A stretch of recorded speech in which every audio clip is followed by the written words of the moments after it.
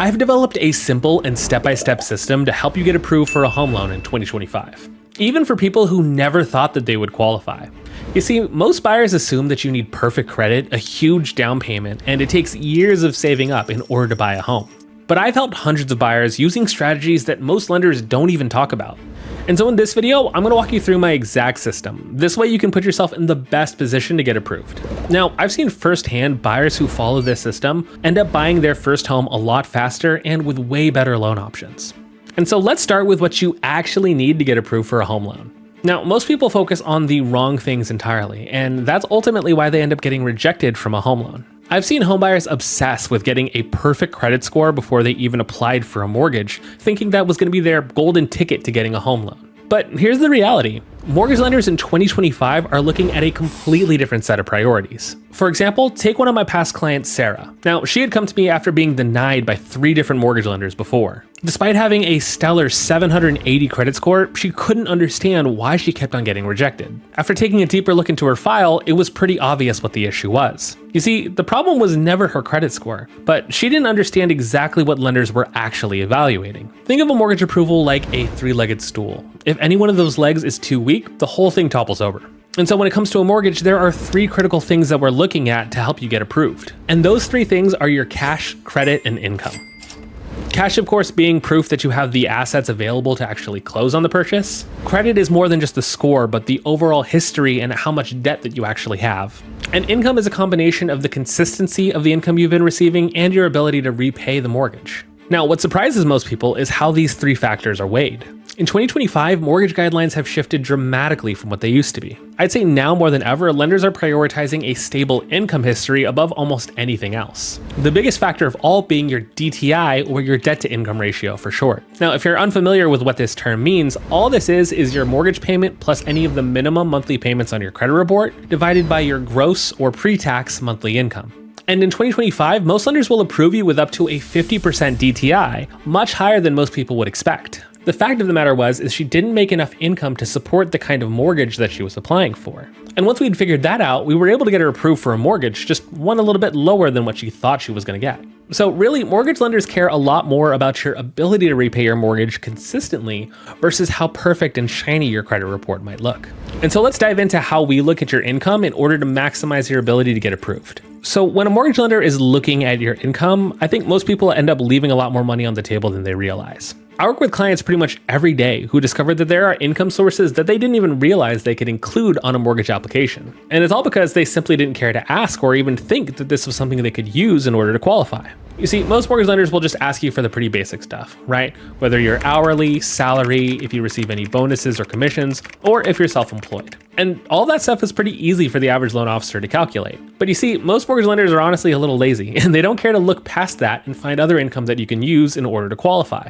So these are pretty much the standard types of income that you would expect most homebuyers to have, right? You know, W-2 income, so hourly or salary employees. Commission or overtime is pretty common as well. Bonus income is pretty common too. Or you might be self-employed, right? For people like me, business owners, self-employed, you're usually looking at having either a Schedule C is how you file your taxes, or you file on corporate returns. But there are other income that we can qualify as well that most lenders oftentimes overlook, and that's where we can find that hidden bit of income to help you get qualified for a bigger home loan, or just make it easier in general. So if you're a veteran or active duty, obviously using your VA benefits, maybe your disability income, maybe even your BAH or BAS if you're active duty. Pension, retirement, social security income is all stuff that can be used to help you qualify as well. Capital gains and RSUs are some other common and, or I guess, uncommon types of income that we see a lot that most people don't realize that they can count if they have, a 2-year history in order to get qualified. More recently, I've been able to use foster income. If you're a foster parent and you're receiving,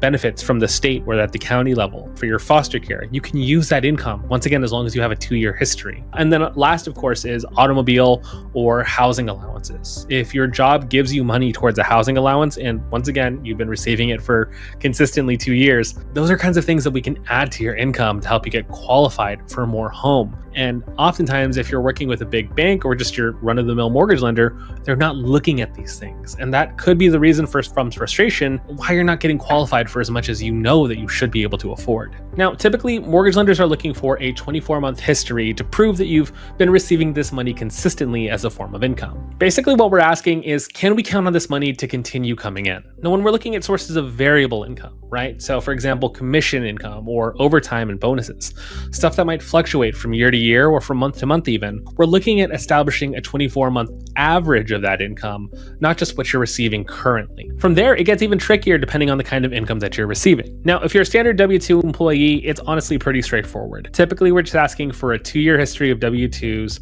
maybe some history of, year-end pay stubs to establish how much overtime or bonus income you've been receiving. But honestly, it's pretty straightforward in how we're counting your income. Now, if you're self-employed, that's where it can get a little bit more complicated. When you're self-employed, you probably have yourself a good tax preparer, and any good tax preparer is probably going to be writing off a lot of your income to save you on taxes. Now, the problem ends up being when you're getting qualified for mortgage, we're typically qualifying you off of that bottom line number, not the top line. Now, there are some things that we can add back into your income to help you qualify, things like mileage or depreciation. And if you file taxes as a corporation, there's even more that we can add back to your income because you're paying yourself a W-2 on top of your self-employment. These are cases where it really matters who you're hiring as a loan officer, because when they're looking at your income, you want to make sure that they're counting every cent that they can in order to get you qualified without you having to go back and amend your taxes in order to prove more income. Now, going down the list here, there are other sources of income that you can use to qualify, not just a standard W-2 job or self-employment. For example, most of the time retirement benefits can be used. For example, for our vets, your VA disability can be used. Or if you're active duty, your BAH and BAS can be used in order to qualify. Once again, things like pension, retirement, or even SSA, Social Security benefits, can be used to help qualify you as well. And the list goes on, capital gains, RSUs, foster care income, allowances for housing or automobiles. As long as you have a steady 2-year history, or we can, count a 2-year average for you, we can use this income to help you get qualified for a home loan. Now, I can't tell you how many times in the past somebody came to me with just their W-2s and pay stubs or just their tax returns, thinking that's all that they had in order to qualify. But I hope this illustrates to you that there are several other kinds of income that we can use to help you get qualified for a home loan. So it really helps to share that information with your loan officer, share that information with me so I can make sure that you're getting qualified for the most possible. Now, by the way, if you are thinking about getting a home loan and you want to make sure that you're getting yourself the best loan options, that you're working with a loan officer who can understand the guidelines and help you get qualified for the most amount possible with the lowest rate possible, book a call with my team below. We'd be more than happy to help you out. Now, let's get back into the income and how it actually gets calculated. As I said, as a baseline, we're typically looking at a 24-month average for variable income. But if you have stable, typically hourly or salary income, it's very easy to qualify. For salary, all you basically do is take your annual salary, divide it by 12 months, and you've got your income. Now, for hourly, it's a little bit different. Essentially, you're going to take your hourly rate of pay, multiply that by the average amount of hours that you work per week, then multiply that by 52 weeks in a year, and then divide that number by 12. So in this example, if you make about $40 an hour, you typically work 36 hours a week. Your income that we're going to use for you is just under $75,000 a year, or $62.40 a month in qualifying income. Now, like I said, if you're self-employed, calculating your income gets a little bit different. Now, typically, we definitely want to use a 2-year history if possible, but there are some exceptions that can let you get away with just your most recent year's tax returns. If you've owned your business for more than 5 years and you filed 5 years or more of tax returns, we can actually just use your most recent year's returns instead of establishing a 2-year average. This is really important because as a business owner, I know that my income goes up or down depending on the year. And so, for example, if you've owned your business for a while and you had a really, really good year last year and you filed your taxes and looked like there was a lot more income, that might be an opportunity for you to say, hey, I made a lot more income this year. I'm thinking of maybe not writing off as much, and now I can qualify for a home loan. And then maybe I can just go back to writing stuff off in the year after.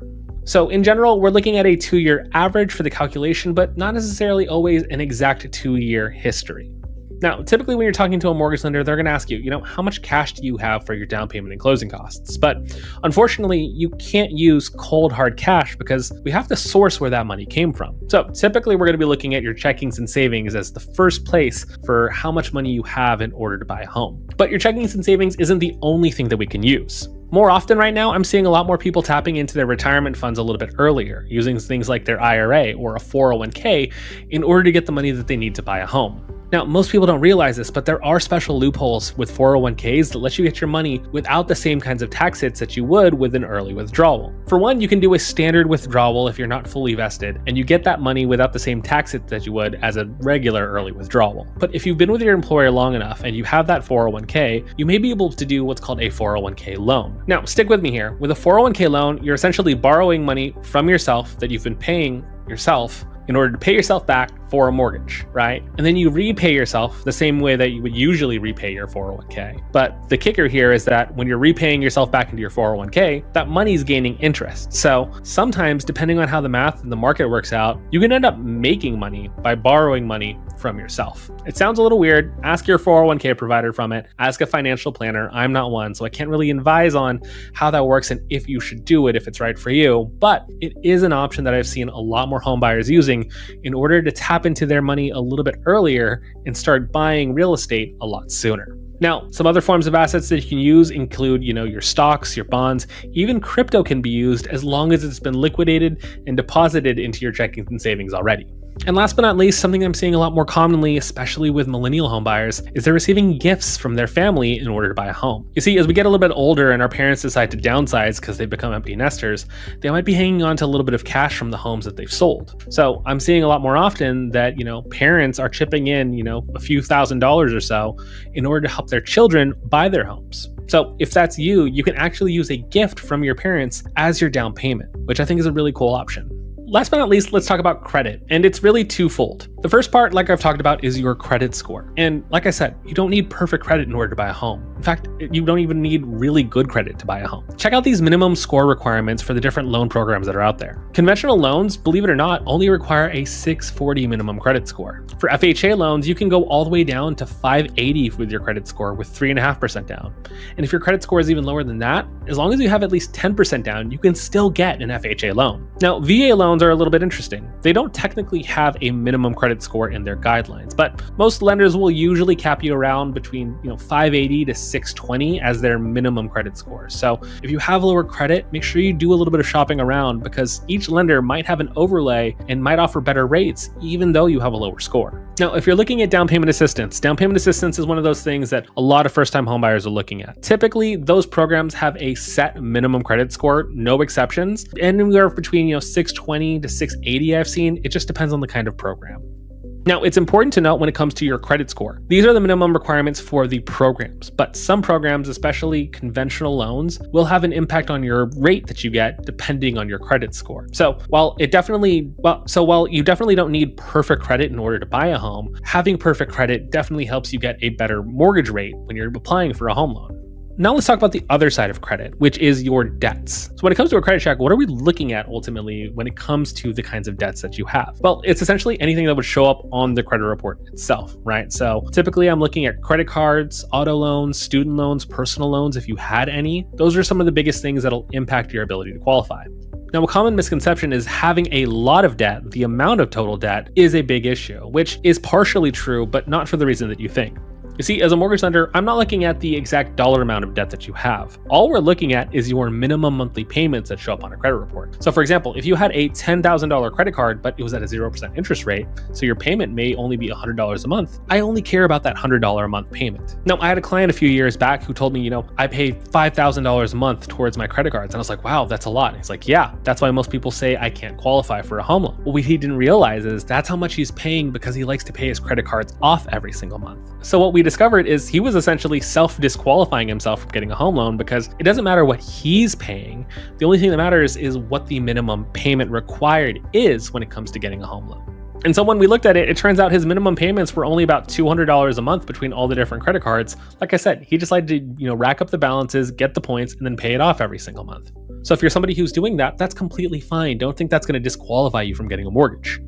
On top of that, there are some things on your credit report that we can completely ignore. More recently, medical debts are something that we can completely ignore. We don't have to count that against you when it comes to getting a mortgage. In addition, self-reported utilities, like if you have your phone bill on there, your water bill while you're renting, maybe you even report your rent onto the credit report. We can ignore all of those things. Now, some miscellaneous debts that we do have to account for are things like if you have a tax plan, if you owed taxes and you're paying a monthly tax plan, we still have to count that. Things like child support or alimony, if you are paying that in any way, shape, or form, we have to qualify you with that as a monthly debt as well.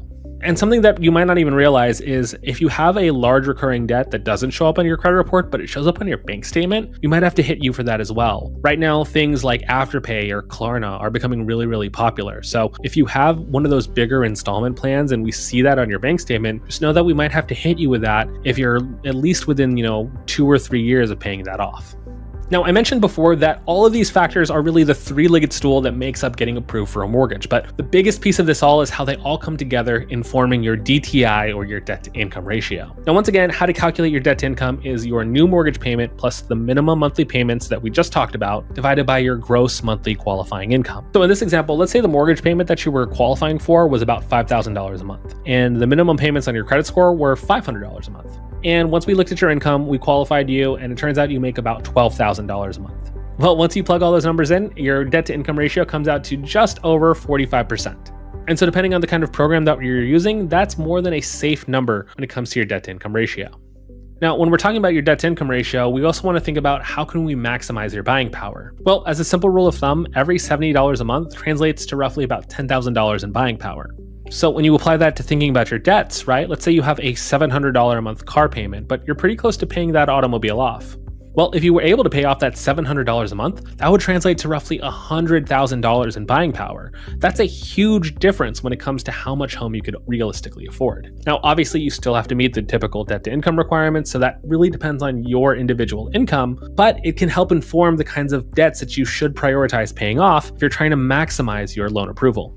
And so when I'm sitting down with my clients and I'm looking over their pre-approval, I'm not just plugging in numbers and just getting them to the end result. I'm thinking about, okay, what ultimately are you trying to buy? How much does that realistically cost in this market? And what can we do in the next 3, 6, or 12 months in order to set you up to get into that kind of home? And so if we identify, hey, you might just need to pay off, about $15,000, $20,000 of credit card debt, maybe pay off this loan here in order to get you another, $50,000, $60,000, $70,000 in buying power. That money could be the difference between buying, a 2-bedroom or a 3-bedroom home, or it could be the difference that gets you from buying a townhouse or condo into that single family home tier.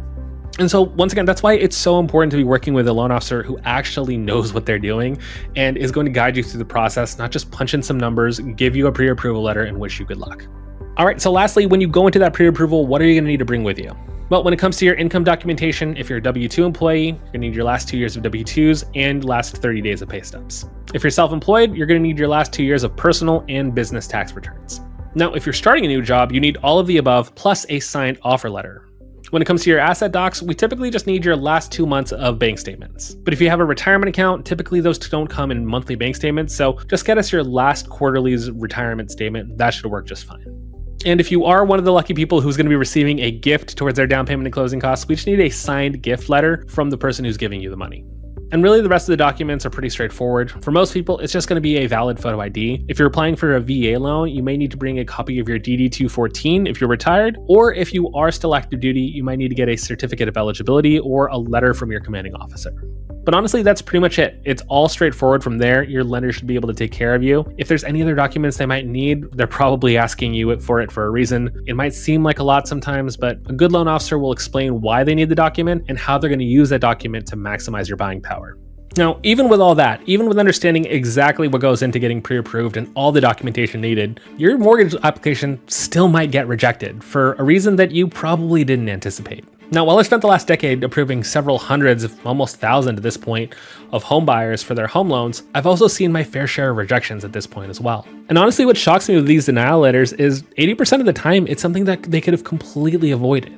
You see, people with great credit, income, and assets still fall into these traps simply because they didn't have the right guidance. And unfortunately, most lenders won't warn you about these until it's too late.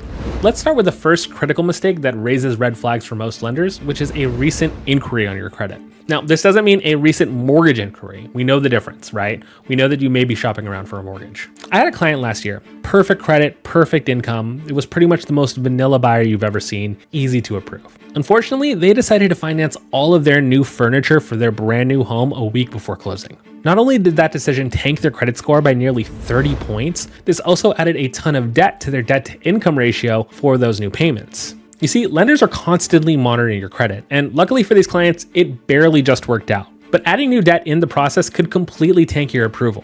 Now, luckily for these clients, that didn't ultimately end up in getting their loan denied. We were still able to work it out. But by applying for new credit and adding new debt to your credit report, this could be the difference between your approval becoming a denial overnight. So a very simple solution, just go ahead and put those credit cards away and don't even think about applying for new credit until after you have your keys. The second mistake that I constantly see is large unexplained deposits in your bank account. You see, when lenders spot a $5,000 deposit in your bank account that doesn't seem to match up when you're usually receiving income or how much you regularly receive, and you didn't get some sort of random windfall from an inheritance, lenders suspect that there might be a loan that you've gotten. Now, it sounds a little crazy, but every large deposit in your bank account needs to be sourced with some sort of paper trail.